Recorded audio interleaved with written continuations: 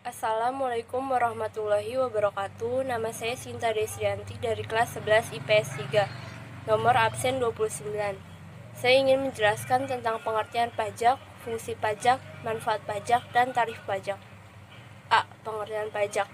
Pajak adalah kontribusi wajib kepada negara yang terutang oleh orang pribadi atau badan yang bersifat memaksa, berdasarkan undang-undang dengan tidak mendapatkan imbalan secara langsung, dan digunakan untuk keperluan negara bagi sebesar-besarnya kemakmuran rakyat. B. Fungsi, manfaat, dan tarif pajak. Yang pertama, fungsi pajak. Pajak memiliki dua fungsi utama, yaitu fungsi anggaran dan fungsi mengatur. A. Fungsi anggaran. Pajak merupakan salah satu sumber penerimaan pemerintah untuk membiayai pengeluaran rutin dan pembangunan sebagaimana tertuang dalam APBN.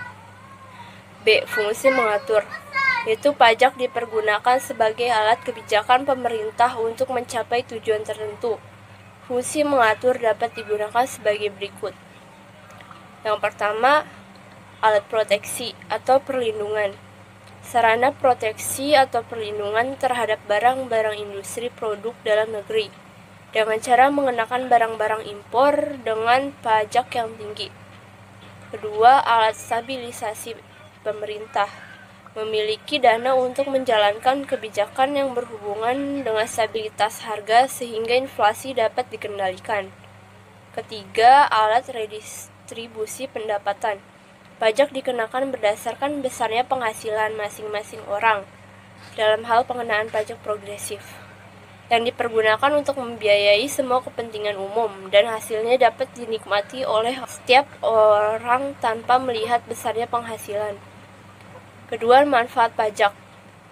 A. Pembangunan.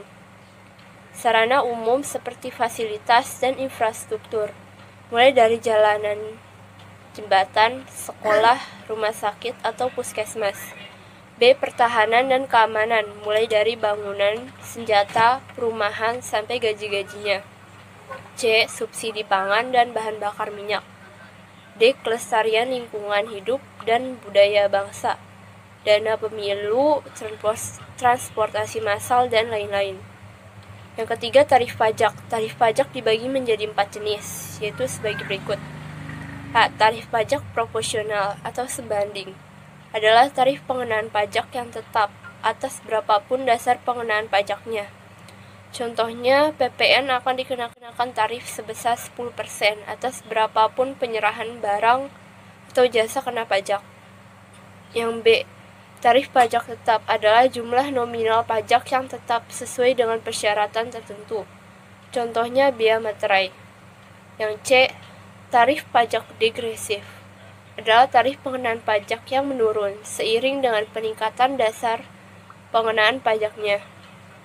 Tarif jenis ini sudah jarang diterapkan. D. Tarif pajak progresif adalah tarif pengenaan pajak yang bertambah seiring dengan peningkatan dasar pengenaan pajaknya. Contohnya pajak penghasilan atau PPh wajib pajak orang pribadi. Setiap terjadi peningkatan penghasilan sampai dengan tingkatan tertentu, maka tarif pajak yang dikenakan juga akan meningkat. Assalamualaikum warahmatullahi wabarakatuh. Nama saya Siti Mauda Fitria dari kelas 11 IPS 3 nomor absen 30. Saya akan menjelaskan submateri yang berjudul Asas Pemungutan Pajak. Tahukah kalian siapa yang berwenang melakukan pemungutan pajak? Jawabannya adalah pemerintah pusat maupun pemerintah daerah. Untuk dapat mencapai tujuan dari pemungutan pajak dan menghadapi tantangannya, pemerintah berpedoman kepada beberapa asas pemungutan pajak. Menurut Adam Smith, asas pemungutan pajak adalah 1. Asas equality atau asas keadilan. Pemungutan pajak yang dilakukan oleh negara harus sesuai dengan kemampuan dan penghasilan wajib pajak. Negara tidak boleh bertindak diskriminatif terhadap wajib pajak. Yang kedua, asas certainty atau asas kepastian hukum. Semua pungutan pajak harus berdasarkan undang-undang, sehingga bagi yang melanggar akan dapat dikenai sanksi hukum. Yang ketiga, asas convenience of payment atau asas pemungutan pajak yang tepat waktu. Pajak harus dipungut pada saat yang tepat bagi wajib pajak. Misalnya di saat wajib pajak baru menerima penghasilannya atau di saat wajib pajak menerima hadiah. Yang keempat, asas efisiensi. Biaya pemungutan pajak diusahakan sehemat mungkin. Jangan sampai terjadi biaya pemungutan pajak lebih besar dari hasil pemungutan pajak. Sedangkan menurut W.J. Lengen, asas pemungutan pajak adalah satu, asas daya pikul. Besar kecilnya pajak yang dipungut harus berdasarkan besar kecilnya penghasilan wajib pajak. Semakin besar penghasilan, maka semakin besar pajak yang dibebankan. Yang kedua, asas manfaat. Pajak yang dipungut oleh negara harus digunakan untuk kegiatan-kegiatan yang bermanfaat untuk kepentingan umum. Yang ketiga, asas kesejahteraan. Pajak yang dipungut oleh negara digunakan untuk meningkatkan kesejahteraan rakyat. Yang keempat, asas kesamaan. Antara wajib pajak yang satu dengan yang lain harus dikenakan pajak dalam jumlah yang sama. Yang kelima, asas beban. Pemungutan pajak diusahakan sekecil-kecilnya jika dibandingkan dengan nilai objek pajak, sehingga tidak memberatkan para wajib pajak.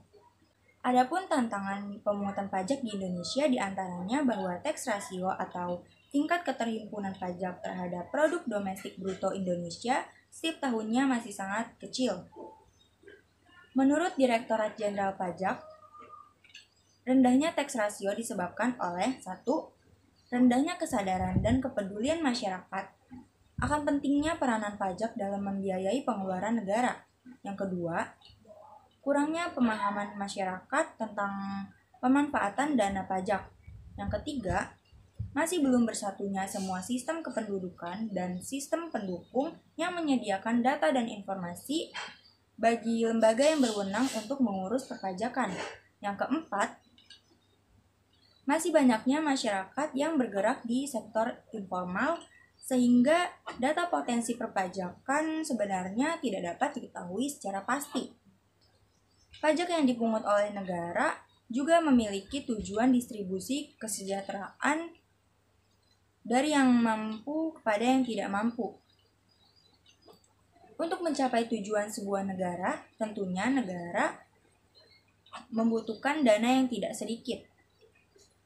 Sumber pembiayaan negara dari pajak merupakan sumber dana yang paling memungkinkan dan sekaligus menunjukkan kemandirian pembangunan suatu negara. Selanjutnya ada jenis-jenis pajak. Yang pertama, pajak menurut sifatnya.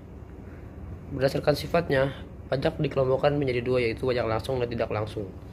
Yang pertama, pajak langsung, yaitu pajak yang dipungut setahun sekali berdasarkan surat ketetapan pajak atau KOIR dan tidak dapat dilembagakan kepada orang lain. Contohnya, pajak penghasilan atau PPH dan pajak bumi bangunan atau PBB. Yang kedua, ada pajak tidak langsung, yaitu pajak yang dipungut setiap satu terjadi transaksi tanpa adanya ketetapan pajak dan SHU dapat dilimpahkan kepada orang lain. Contohnya, pajak pertambahan nilai atau PPN dan bea balik nama atau BBN. Yang kedua, ada pajak menurut instansi yang memungutnya. Menurut instansi yang memungutnya, pajak dibagi menjadi pajak pusat dan pajak daerah.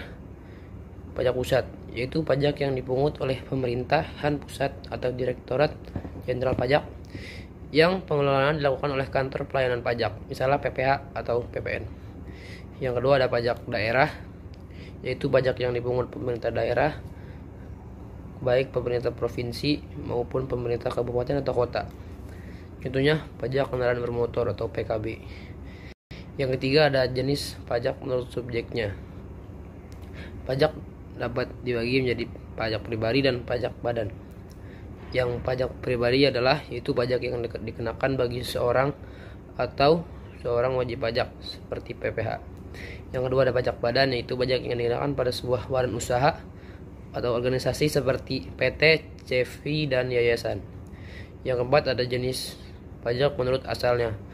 Menurut asalnya, pajak dapat dibagi menjadi pajak dalam negeri dan pajak luar negeri. Pajak dalam negeri yaitu pajak yang dipungut kepada setiap warga negara yang tinggal di Indonesia dan memiliki salah satu objek pajak seperti usaha. Yang kedua, ada pajak luar negeri, yaitu pajak yang dipungut kepada warga negara asing yang memiliki usaha atau penghasilan dan tinggal di Indonesia. Assalamualaikum warahmatullahi wabarakatuh. Nama saya Wendeka Saputra.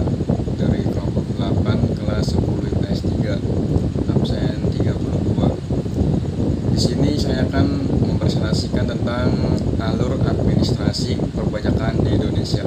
Di sini saya melanjutkan dari yang sebelumnya. Alur administrasi perpajakan di Indonesia. Yang pertama, wajib pajak dapat mendaftarkan diri untuk memperoleh nomor pokok wajib pajak atau NPWP secara langsung ke kantor pelayanan pajak atau KPP atau melalui e-registration secara online menggunakan media internet. Yang kedua, setelah terdaftar, wajib pajak harus menghitung jumlah pajak yang terutang atas pajak yang terutang tersebut.